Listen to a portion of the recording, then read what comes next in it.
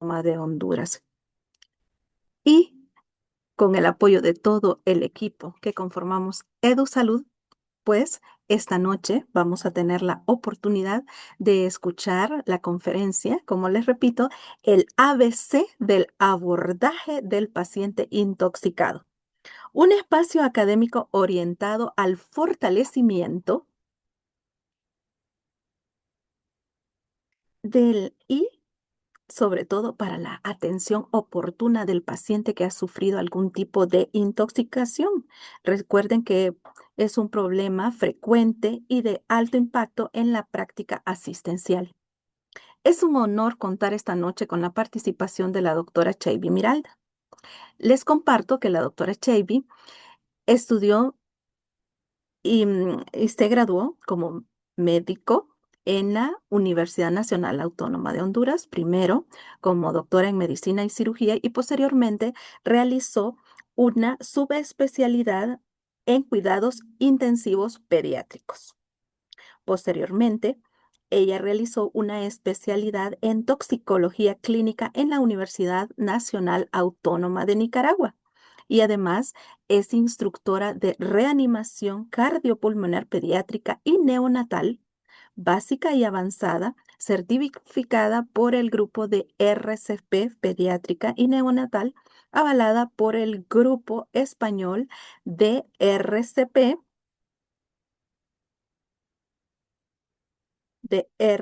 pediátrico y neonatal. Su experiencia clínica y académica garantiza un abordaje claro, basado en evidencia y aplicable a distintos niveles de atención, lo que sin duda enriquecerá este espacio de aprendizaje.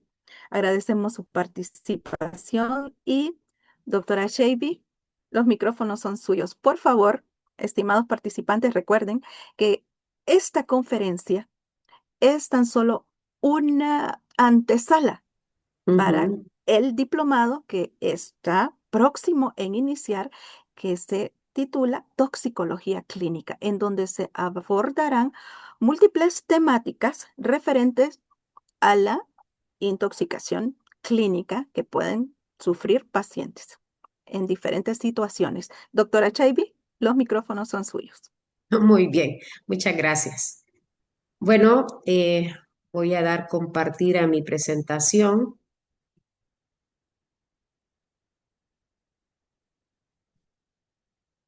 Me avisan, me confirman si la pueden visualizar. Sí, doctora, se mira muy bien. Muy bien. Bueno, muy encantada realmente de poder impartir esta charla. Para mí siempre es un honor tratar de dar capacitaciones a todo el personal médico, tanto de atención primaria como los médicos que estamos a nivel de hospitales.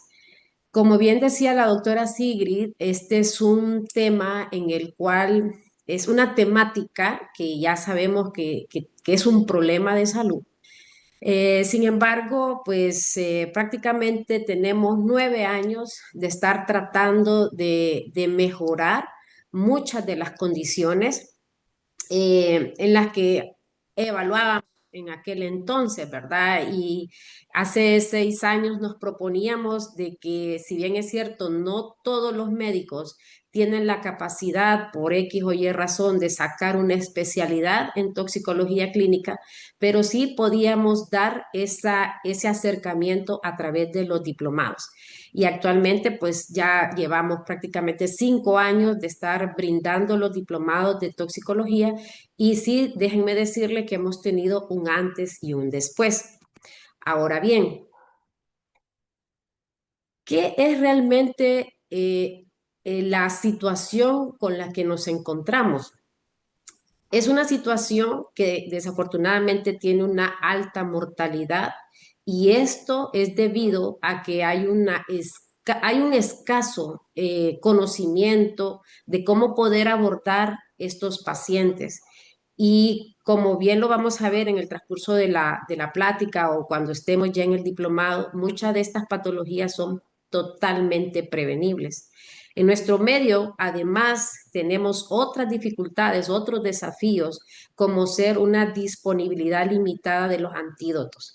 Déjenme decirles que pues hemos mejorado en la parte de, como país, de ya tener antídoto para la mordedura de araña viuda negra y hemos ido poco a poco adquiriendo antídotos para tenerlos en los diferentes hospitales, en los principales hospitales regionales, ¿ok? Pero esto no ha sido un trabajo tan fácil.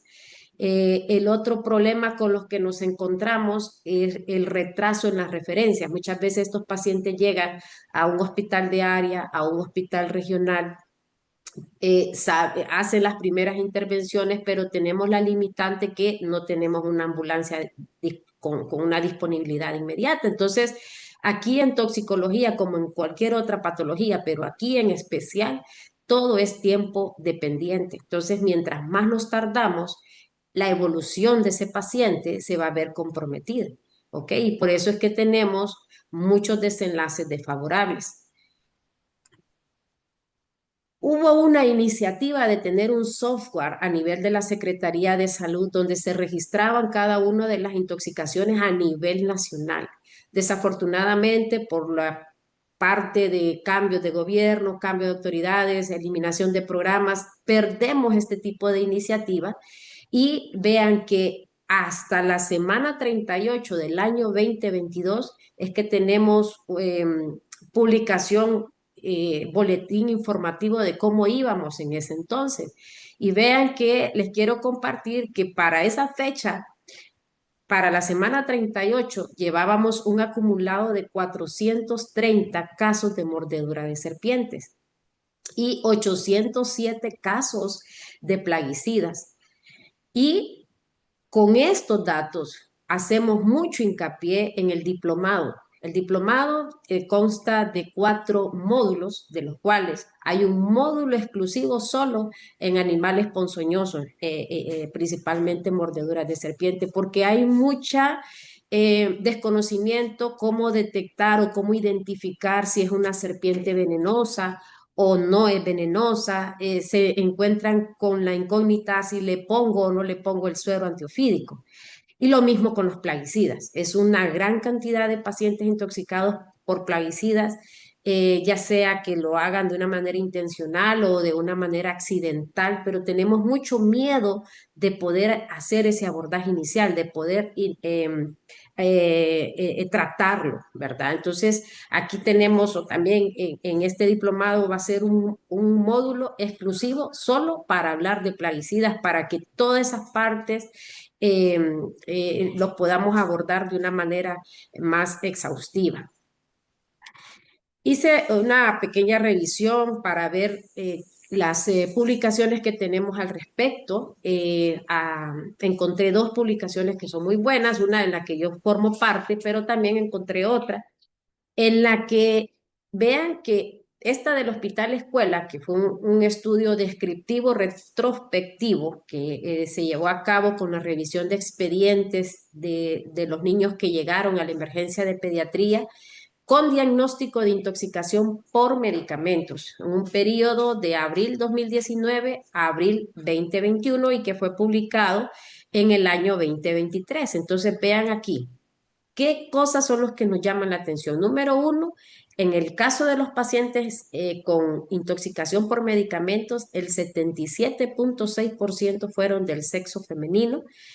Como hospital escuela tenemos más referencias de pacientes del municipio del Distrito Central, eh, un 84.2%, pero vean aquí, 55.3% de un ambiente urbano marginal que va muy en relación a que estos pacientes, la intoxicación fue de una manera intencional en el 76.3%, a motivo asociado a intento suicida.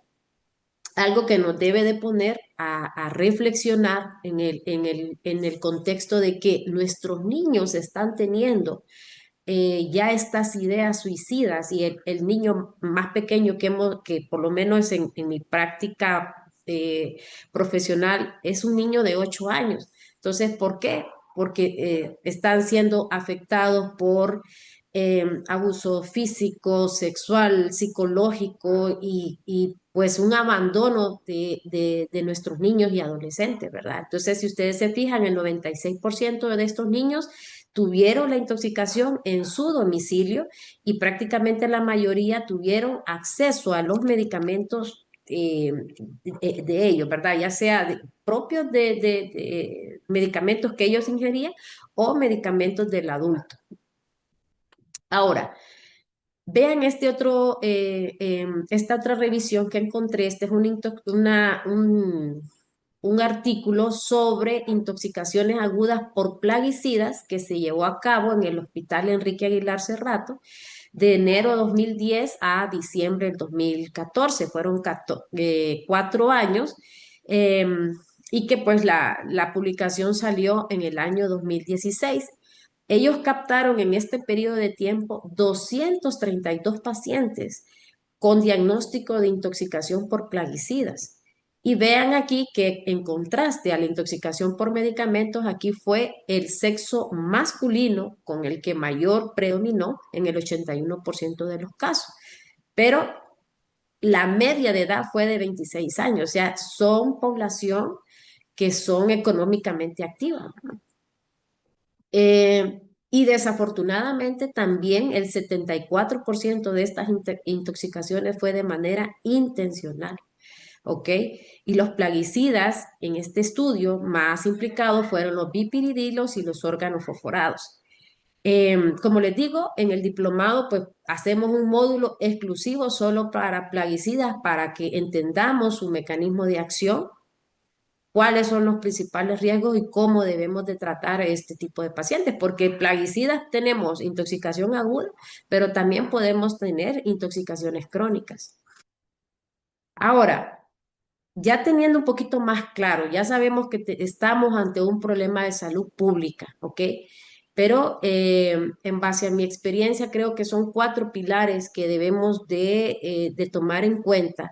Uno, que es la falta de un abordaje inicial estandarizado, en la que debemos de trabajar en tener protocolos que podamos aplicar en nuestras unidades de salud, porque generalmente en nuestra práctica diaria podemos encontrar varios errores. Uno, creo yo que como que es el más frecuente, que vemos de menos al paciente y por lo tanto aquel paciente que tiene deterioro neurológico no le hacemos no aseguramos esa vía aérea. En pediatría creo que no es tanto, pero en paciente adulto hay muchos comentarios, por ejemplo, es pitis, solo quiere llamar la atención, ¿verdad? Entonces no hacen realmente esa evaluación neurológica en la que podamos nosotros determinar si el paciente tiene o no deterioro del rasgo. Tampoco monitorizamos a los pacientes, no les colocamos oxígeno. Entonces, y mucho menos no podemos identificar a aquel paciente que está presentando un toxicíndrome como tal. Entonces, esto impacta directamente en la evolución del paciente porque el paciente presenta hipoxia, puede tener riesgo de broncoaspiración. Si no monitorizamos al paciente, menos vamos a poder detectar si está presentando o no arritmias y mucho menos una descompensación hemodinámica. El segundo problema que veo es que hay un retraso en la atención inicial, porque a veces no sabemos cuándo fue el momento exacto en que esa persona ingirió el tóxico o estuvo en contacto con ese tóxico. Entonces, ese tiempo, la verdad, no depende de nosotros, eh, porque es como quien dice prehospitalario, ¿verdad? Pero el problema que sí nos atañe es que el paciente llega a nuestra unidad y hay una pérdida de tiempo en el área del triaje, ¿ok? Muchas veces esperan más de 3, 4 horas para poder ser evaluados. El otro contexto, el otro panorama que tenemos es la referencia tardía de estos pacientes a hospitales como el nuestro, ya sea el Catarino Rivas o al Hospital Escuela, ¿verdad? Y esto porque hay una subvaloración inicial de, como les vuelvo y repito, de su estado neurológico. El tercer punto, bueno, y solo para recalcar aquí que en intoxicaciones el tiempo sí es un determinante en la sobrevida de los pacientes, ¿ok? El tercer determinante es que hay un desconocimiento práctico de todas aquellas medidas de descontaminación y no solo porque no las sepamos, porque estas técnicas de descontaminación las hemos visto en nuestro pensum académico, ¿ok? Pero realmente no tenemos o fijado en qué momento están indicadas, cuándo yo voy a utilizar un carbón activado, cuándo yo tengo que indicar un lavado gástrico, ¿ok? O a veces sí lo sabemos, pero nos da miedo como a que le provocamos un evento adverso al paciente. Y aquí ejemplos claros, como les menciono, el carbón activado, el lavado gástrico, pero vean aquí que esto es importante, que no siempre el tener un evento adverso por aplicar estas medidas me va a matar al paciente. Lo que sí me va a ensombrecer el pronóstico del paciente es que nosotros no apliquemos estas técnicas de descontaminación para evitar la absorción del producto, ¿ok? Si nosotros no aplicamos estas técnicas de descontaminación, el producto se va a absorber más rápido. ¿Ok? Entonces yo prefiero que ustedes lo apliquen siempre y cuando cumplan los criterios a que no le hagamos nada. Y el cuarto problema es que hay un reconocimiento débil cuando estamos ante una intoxicación grave. ¿Ok? Principalmente intoxicaciones por plaguicidas, intoxicaciones por antidepresivos tricíclicos, intoxicaciones por opioides o hidrocarburos, que estos son sumamente frecuentes en la emergencia de pediatría. Los pacientes intoxicados representan la cuarta causa de ingreso a nuestras salas de urgencias y también representa la cuarta causa de morbimortalidad. Y bueno, desafortunadamente, el personal no siempre identifica que está ante una intoxicación que puede ser potencialmente letal.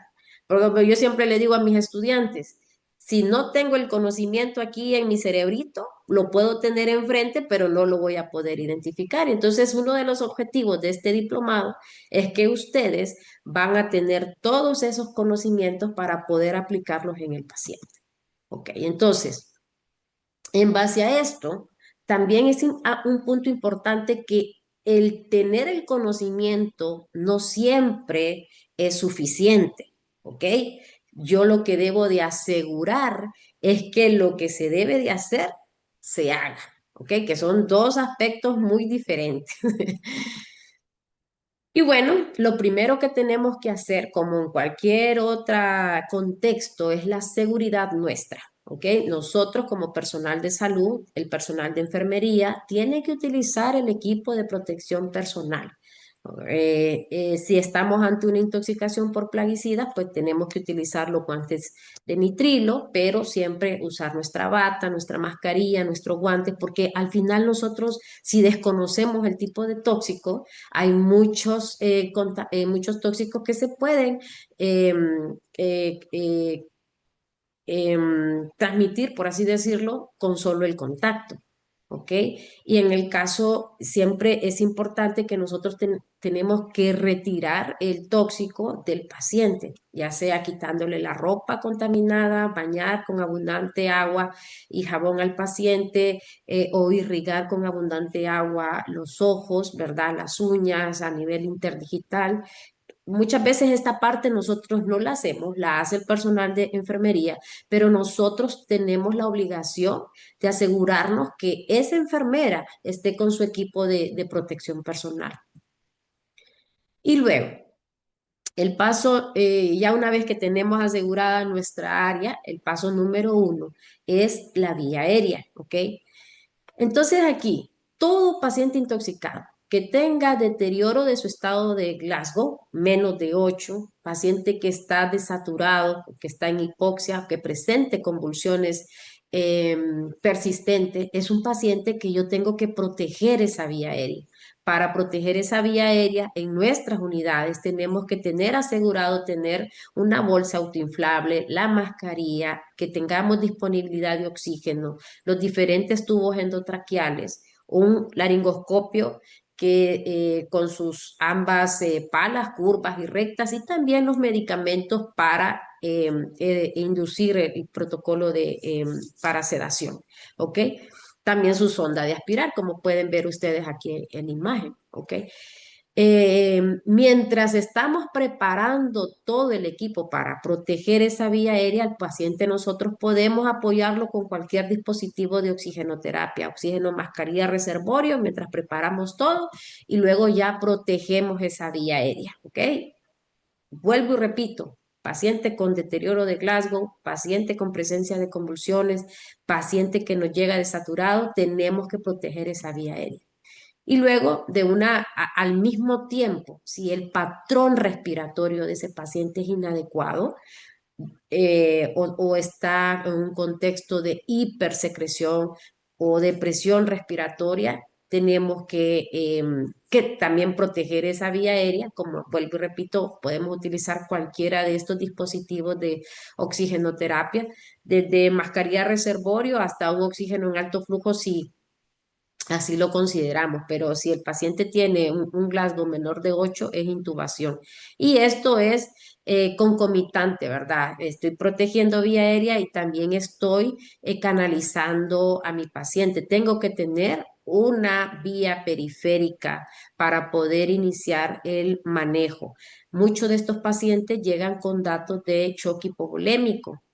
Entonces tengo que en un minuto, si el paciente llega con descompensación hemodinámica o en una falla cardiorrespiratoria, tengo un minuto para tener un acceso periférico. Si no logro el acceso periférico, entonces tengo que tener una vía intraósea. Monitorizarlo para ver cómo están sus constantes vitales, si hay taquicardia, si hay hiper o hipotensión, cómo está esa perfusión periférica del paciente. Y una vez que el paciente lo tenemos monitorizado, fácilmente podemos detectar si el paciente presenta o no arritmias, ¿ok? Si el paciente llega con datos de descompensación hemodinámica, es como el manejo de un shock hipovolémico, ¿verdad? De 10 a 20 ml por kilo, de acuerdo como dicen la guía de manejo. Y luego viene aquí la parte de la evaluación neurológica. Además de evaluar el estado de Glasgow del paciente, es fundamental la evaluación de las pupilas. ¿Por qué? Porque las pupilas nos dan mucha información. Si llega un paciente con pupilas midriáticas o dilatadas, entonces puede ser que estemos ante un síndrome anticolinérgico, ¿ok? O sea, paciente con una intoxicación por antihistamínicos, puede ser una intoxicación por antidepresivos tricíclicos. Hay muchas plantas tóxicas que también nos pueden dar este tipo de síndrome, ¿ok? Y aparte, vemos nosotros las pupilas y aparte el paciente puede estar si estamos hablando de un síndrome anticolinérgico, el paciente además tiene la piel seca, está caliente, está taquicárdico y además está con hilio, entonces ya confirmamos el diagnóstico que estamos ante un toxisíndrome de un anticolinérgico. ¿Qué otra intoxicación me puede dar dilatación pupilar? Los síndromes simpático-miméticos, o sea, intoxicación por cocaína, anfetamina o fenilefrina.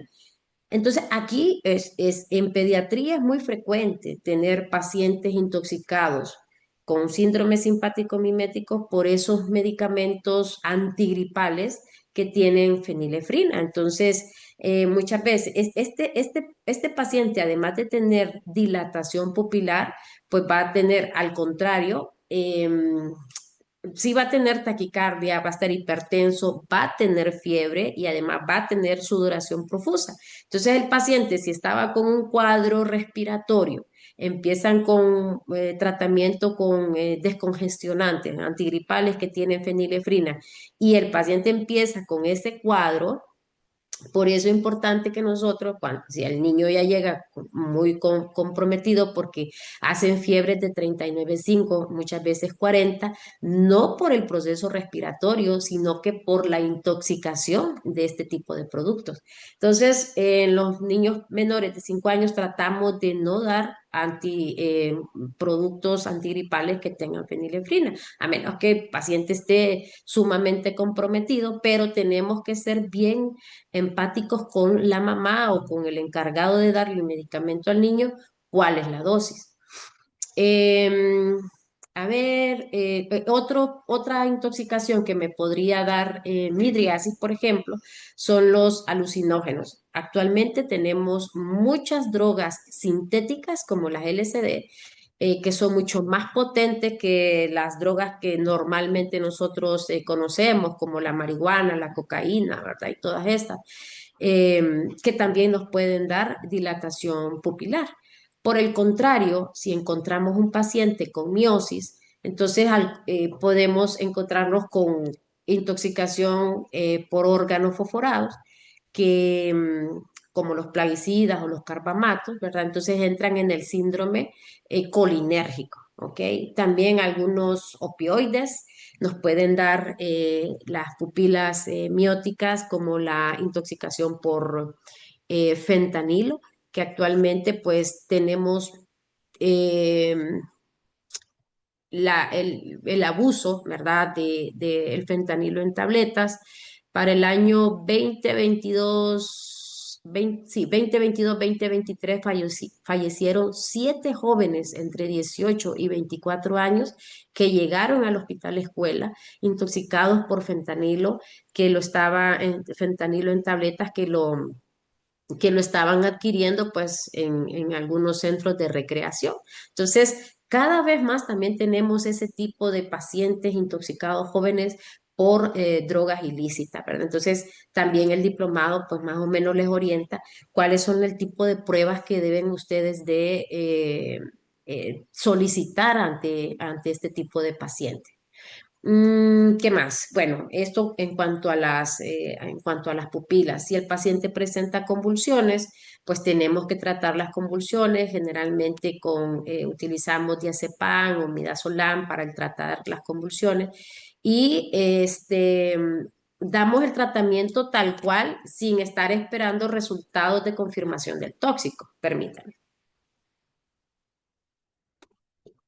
Em, Se me olvidaba también el uso del tramadol. El tramadol también es un opioide que también tenemos que tener mucho cuidado en esos pacientes, principalmente las anemias drepanocíticas o esas patologías que necesitan de analgésicos de moderada a alta potencia. También tenemos que estar bien pendientes de que las manifestaciones clínicas no sean por la patología de base, sino que por una intoxicación por estos medicamentos.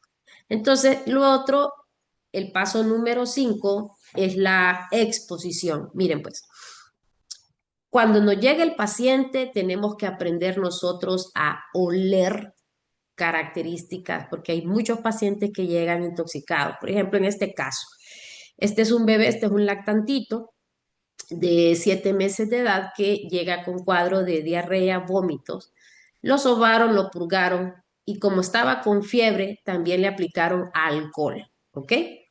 Cuando el paciente está con fiebre, hay una vasodilatación, ¿ok? El paciente está vasodilatado y es mucho más susceptible a que pueda absorber el alcohol etílico. Una forma de intoxicación es a través de la absorción dérmica. Entonces, los niños no solamente se complican por el cuadro de deshidratación por la diarrea per se, sino también cursan con un cuadro de intoxicación etílica provocada por esta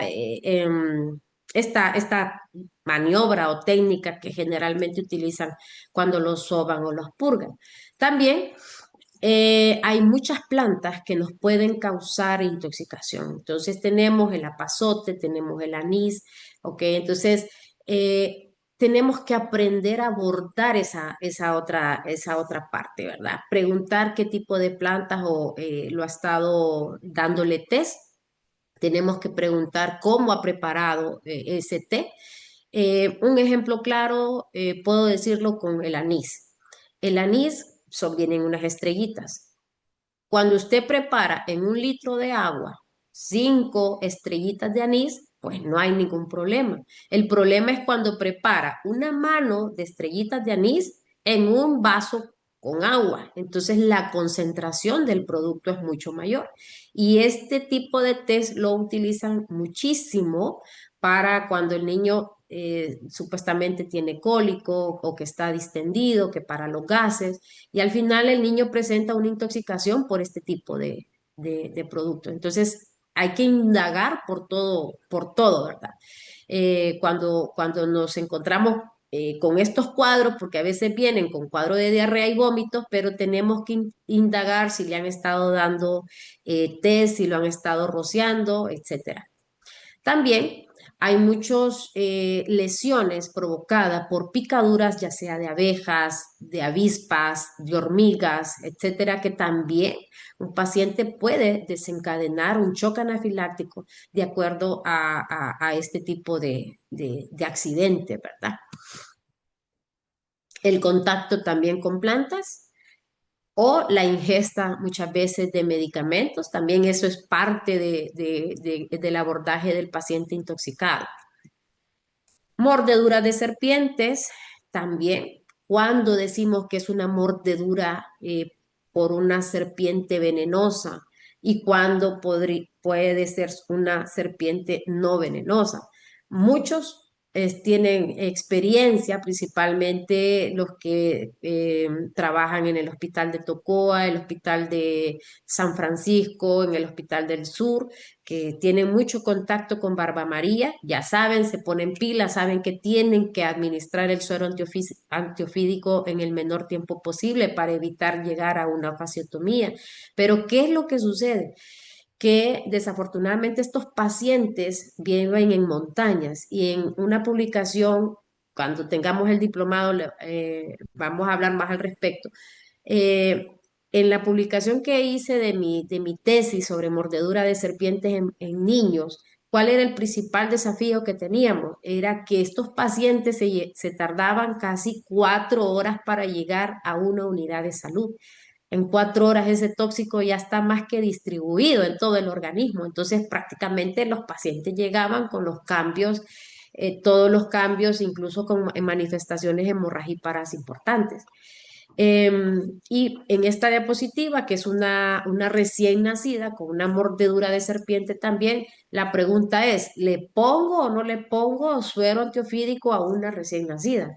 Entonces se los dejo a ustedes para que lo analicen y al final de la plática pues vamos a poder abrir micrófonos para sus puntos de vista.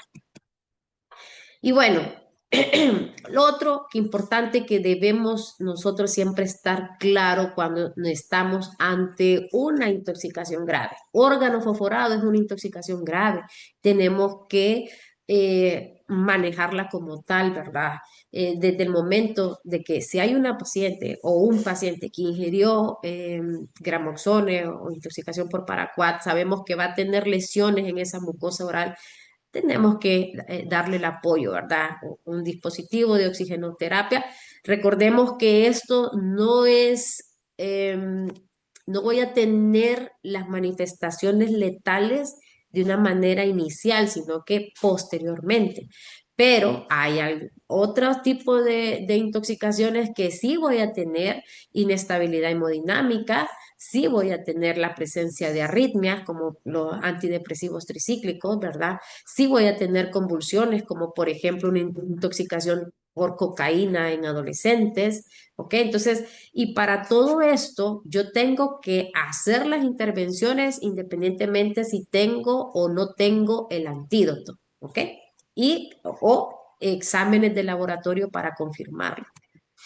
Ahora bien, aquí vamos al punto de la descontaminación. La descontaminación es clave en el manejo del paciente intoxicado. Tenemos dos opciones, el uso del carbón activado y la realización de lavado gástrico, pero el carbón activado lo voy a indicar en primer lugar o idealmente si el paciente me viene a la unidad de salud en menos de 1 hora. Claro, esto es un desafío porque muchas veces los papás no se dan cuenta, ¿verdad? pero tenemos hasta 4 horas de hacer, de utilizar el carbón activado si sabemos que la dosis fue alta, si es un fármaco que retrasa el vaciamiento gástrico o es un fármaco de liberación prolongada. Todos esos que dicen XR o eh, los antihipertensivos, algunos antidiabéticos, ¿verdad? Pero aquí, claro, si es menos de 1 hora es lo ideal, pero podemos tener hasta 4 horas si cumple estos criterios. Y luego yo les digo, puede que no sea una dosis alta porque lo desconocemos, pero yo le pondría el carbón activado, eh, se lo pondría si tengo la duda, ¿verdad? Y luego viene la otra parte que es importante que ustedes lo vean. El carbón activado lo voy a utilizar, número uno, si el paciente está despierto, si colabora, si sus reflejos de protección de vía aérea están conservados, como el reflejo de la deglución o de la tos, o si el paciente yo ya lo tengo intubado, ¿verdad? Porque si mi paciente me viene con Glasgow menor de 8, lo primero es intubar al paciente y después voy a hacer el proceso de colocar la sonda y ponerle el carbón activado. Ahora, el carbón activado es, es utilizado solo si el producto es absorbible. ¿A qué me refiero con absorbible? Aquí les puse una figurita. El carbón lo que hace es que jala el tóxico hacia sí, evitando que se absorba a nivel del intestino y luego pues a nivel de la circulación. ¿Cuáles son estos productos? Intoxicaciones por benzodiazepinas, antidepresivos, los antipsicóticos, paracetamol, carbamazepina, fenobarbital, la teofilina. Sin problema podemos utilizar el carbón activado. El paciente, una vez que le colocamos la sonda, si el paciente colabora, se lo damos vía oral. Si no colabora, entonces le colocamos la sonda nasogástrica. Podemos hacer el lavado gástrico si cumple criterios y administramos el carbón activado. Eh, Como no se absorbe, sino que se absorbe con D, de dedo, entonces las S van a salir teñidas de negro. Bien, cuando no voy a utilizar el carbón activado en sustancias que no se absorben, los alcoholes como etanol, metanol, etilenglicol, metales como el hierro, el litio, sodio, potasio, tampoco lo vamos a utilizar en cáusticos como los ácidos o álcalis y tampoco en los hidrocarburos. Tenemos muchos niños y muchos adolescentes que como tenemos esa mala costumbre, la gente tiene esa mala costumbre de poner eh, el querosén, el thinner, los mismos plaguicidas los ponen en envases de refresco, en envases de jugo. Los niños son visuales, ellos miran un bote de jugo, piensan que es jugo y se lo ingieren. Y no solamente los niños, muchas veces de los pacientes que hemos tenido en el hospital, son muchachos que andan trabajando, venían con sed, ven una botella de ginger ale o de Sprite y se lo ingieren era un plaguicida, ¿verdad? Le va bien si es una gasolina lo que tenía y lo ingirieron, ¿verdad? Entonces, en este tipo de casos no está indicado el carbón activado. Entonces, es importante que se lo lleven ustedes en sus cabecitas, que lo anoten, que le tomen foto, que no sé, pero que lo anden ahí. La dosis, pues en niños es 1 gramo por kilo, podemos utilizar un máximo de 50 gramos y en adultos de 25 a 50 gramos.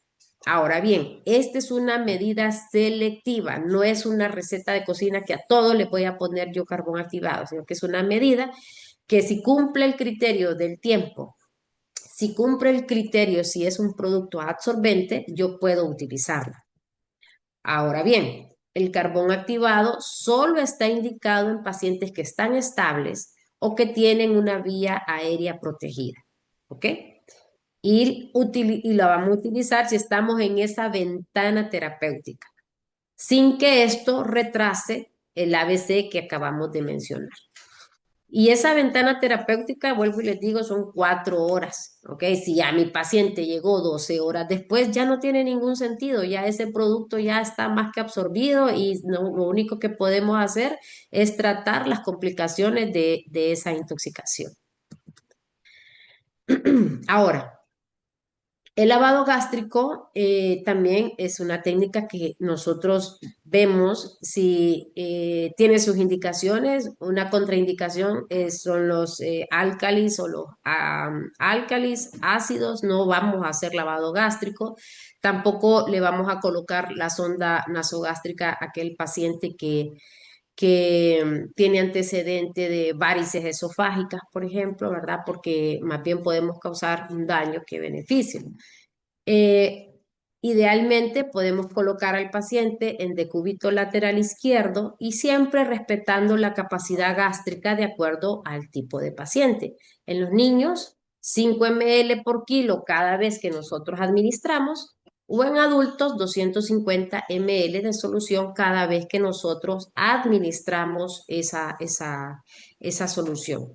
Importante aquí que lo ideal es dejar de hacer el lavado gástrico hasta que el líquido salga claro, hasta que ya no tenga restos de pastillas.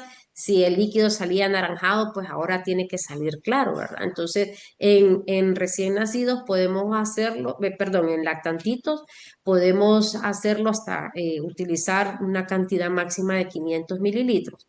Y en adultos podemos hacer un lavado gástrico entre 6 a 8 litros, dependiendo del tipo, de la cantidad de productos que haya ingerido, ¿ok? Pero sí, siempre tenemos que vigilar, porque uno de los efectos secundarios del lavado gástrico es precisamente alteraciones metabólicas, ¿verdad? Podemos provocar hipocalemia, hiponatremia, ¿verdad? Por eso, entonces, lo ideal es que siempre respetando su capacidad gástrica, hasta que el lavado pues salga claro. A mí en lo personal, si el paciente viene en esa primera hora, me gusta hacerle lavado gástrico porque así yo también confirmo si hay o no restos de medicamentos o resto del producto que ellos mencionan, ¿verdad? Porque también nos encontramos con pacientes que dicen que ingirieron dos, a ver, qué sé yo, 2 blisters de paracetamol. Cuando haces el lavado gástrico, sale claro, eso quiere decir que no ha ingerido nada de tabletas de paracetamol, ¿verdad? Entonces también nos sirve a nosotros para corroborar si hay o no ingesta de productos tóxicos. Ahora, con los antídotos, actualmente pues sí tenemos antídoto N-acetilcisteína para el paracetamol. Idealmente esto debería de ser de vía endovenosa, pero hasta el momento solo tenemos por vía oral. Por parte de la Secretaría de Salud logramos tener la N-acetilcisteína como antídoto a la intoxicación por paracetamol. También tenemos el flumacenilo, el naloxona, oxígeno, obviamente, para la intoxicación de monóxido de carbono, pero sí, ustedes en sus unidades de salud tienen que asegurar tener este tipo de productos, ¿verdad? Todavía no tenemos antídoto de fomepizole para la intoxicación por metanol, pero sí hemos tenido la experiencia de contrarrestar la intoxicación por metanol con alcohol etílico, ¿verdad? Vodka o whisky al 40%. Em, Algunas ocasiones en el hospital escuela tenemos fisostigmina para la intoxicación de anticolinérgicos, sí tenemos atropina para la intoxicación de órganos fosforados, algunas veces tenemos azul de metileno, eh, para la intoxicación de salicilatos o antidepresivos tricíclicos, pues sí contamos con bicarbonato de sodio porque el manejo es con líquidos bicarbonatados. Para la intoxicación por bloqueadores de canales de calcio, pues sí contamos con insulina, ¿verdad? Eh, para la intoxicación por hipoglicemiantes orales, en algunas ocasiones tenemos el octreóptido. No tenemos fragmentos de anticuerpos contra digoxina, pero sí tenemos vitamina K para la intoxicación por warfarina. En algunos casos tenemos la protamina Esto como antídotos generales, ¿verdad? Tómenle fotos para que ustedes puedan ir solicitando este tipo de antídotos en sus unidades para que lo tengan a mano y obviamente tienen que estar en el carro rojo. Ahora, como siempre les digo, no es que si no tengo el antídoto no voy a manejar al paciente, ¿ok? Ahora, otra cosa otro desafío con el que nos encontramos ante los pacientes intoxicados es que muchas veces cuando vemos que es una intención autolítica, tenemos una menor percepción de urgencia y esto causa un retraso en su evaluación y por lo tanto hay una menor vigilancia en este tipo de pacientes. También se subestima el riesgo médico real. Generalmente decimos, no, pues no está grave, pero hay muchos tóxicos que tienen esa fase latente y el deterioro puede ser letal en horas después, ¿verdad? Después de las 6 horas puede que empiece con esas manifestaciones clínicas severas. También, desafortunadamente, tenemos ese componente de estigmatización del paciente. Muchas veces no lo verbalizamos, por lo menos cuando yo era residente, siempre mirábamos, ay hombre, ya viene otra vez de nuevo esta cipota, eh, hacemos un juicio moral ante el paciente, ¿verdad? Y a veces tenemos una frustración propia, ¿verdad? Por estar con esos pacientes con intentos repetidos. Más sin embargo, cuando nosotros evaluamos esos pacientes fuera del contexto clínico y nos vamos más en el aspecto emocional, vemos que los pacientes prefieren estar en el hospital a que estar en su ambiente, en su casa. Entonces, prefieren provocarse un daño para que estén ingresados. Y esa parte también nos corresponde a nosotros evaluarla. Entonces, todos estos aspectos impactan de una manera directa en esa calidad del cuidado que estos pacientes se merecen. En pediatría, pues también es un problema aún más delicado, ¿verdad? Porque los adolescentes generalmente atañamos como que es parte para llamar la atención, pues no se va a morir, muy probablemente solo quiere estar aquí. Y también esto pues favorece a conductas de bajo esfuerzo clínico. Entonces, así como vimos los dos estudios que les compartí, en la que más del 70% era por intención autolítica, esto no reduce realmente la gravedad toxicológica per se, pero sí el retraso en su manejo puede tener un desenlace fatal, ¿verdad? Porque no le damos esa atención como el paciente lo requiere. Entonces, muchos me preguntaban, bueno, ¿el diplomado de toxicología a lo largo de estos años ha sido útil? Pues déjenme decirles que sí. Hemos tenido una proyección a nivel nacional de colegas que están en Copán, que están en Tocoa, que están en Intibucá, en Olancho, ¿verdad? Que han podido tener un mejor reconocimiento de la gravedad de los pacientes, hacen o sea, la llamada, la comunicación, doctora, mire, tenemos este paciente así, así, así, entonces mándelo o damos indicaciones al respecto.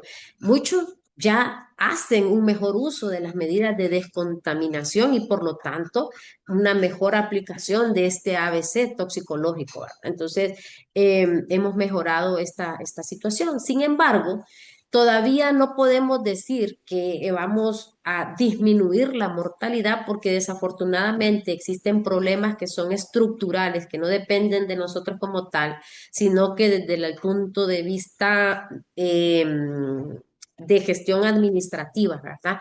En el que pues por falta de ambulancia no se trasladan de una manera en tiempo y forma, por falta de antídotos que no se administran en el tiempo real. Hay una sobrecarga de servicios, siempre estamos colapsados de pacientes y más con los traumas. Entonces, cuando nos llega un paciente intoxicado, ¡ay, la puchica! Y desafortunadamente hay una importante rotación que lo vemos, los médicos generales que han sacado el diplomado de toxicología, que estaban en ese momento en las salas de urgencias de su hospital, los mueven, no que lo mandan para otra área y entonces, ¿quiénes se quedan en esa sala de urgencia? Otro médico que no sabe cómo los maneja. Y esto debemos, la idea realmente de estar dando estos diplomados es que se entrenen todos los médicos de atención primaria, tanto del sector público como del sector privado. Porque en el sector privado, ¿quiénes son los que llegan en el sector privado? Muchos de los adolescentes que tienen un mayor capacidad económica para adquirir las drogas ilícitas, sintéticas, que son un poquito más caras en relación a marihuana, por ejemplo. Entonces, ellos no van a llegar en el hospital escuela, ellos llegan a los hospitales privados. Entonces, los médicos de los hospitales privados también tienen que tener esta capacitación de cómo deben de abordar al paciente intoxicado por drogas ilícitas. ¿Ok? Entonces, para ir finalizando, en intoxicaciones, la mayor oportunidad que tenemos para reducir esa mortalidad está en que cada uno de nosotros sepamos tener ese reconocimiento temprano, la correcta aplicación del ABC más que tener como quien dice el antídoto. Si tenemos el antídoto, perfecto, pero lo primero es que nosotros lo pensemos, lo reconozcamos e iniciemos el ABC.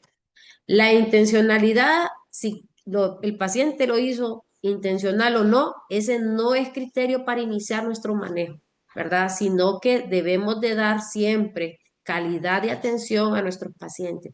Y si es intencional, también tenemos que, no podemos despachar ese paciente sin haber tenido el abordaje por psiquiatría o por psicología. Entonces, mi plática viene hasta acá, haciéndoles una cordial invitación para que se inscriban en el diplomado de toxicología clínica, en el que vamos a hacer mucho énfasis en las principales causas de los pacientes intoxicados, animales ponzoñosos, plaguicidas, también tenemos metales pesados, entre otros. Pues van a ser todos los jueves de 7 a 9 de la noche por vía Zoom y empezamos a partir del 19 de febrero. Sin antes, no quiero dejar desaprovechar, la mayoría somos médicos aquí, que el 13 de febrero todos tenemos que ir a votar, ¿verdad? Para elegir nuestras próximas autoridades del Colegio Médico. Muchas gracias. Gracias, doctora Chaibi, por su participación. Gracias a todos y cada uno de los participantes que nos han acompañado esta noche. Doctora Chaibi, gracias por esta valiosa conferencia que nos ha permitido escuchar en esta noche. Sabemos que es una profesional con una amplia trayectoria y con gran experiencia en el campo clínico. Gracias. Su exposición ha sido muy clara, muy pertinente y sin duda sabemos que va a contribuir al fortalecimiento de las competencias para el manejo integral del paciente intoxicado y sobre todo em, para motivar a nuestros colegas a que sean parte de este diplomado próximo a desarrollarse. Feliz noche a todos. Les esperamos y revisen siempre en nuestras redes sociales EduSalud FCM para que estén al tanto de toda esa oferta académica que se viene este nuevo año 2026. Y sobre todo, por favor, les invito a matricularse en el diplomado que próximamente la doctora Chaibi estará facilitando. Feliz noche a todos. Gracias. Buenas noches, buenas Buenas noches. noches.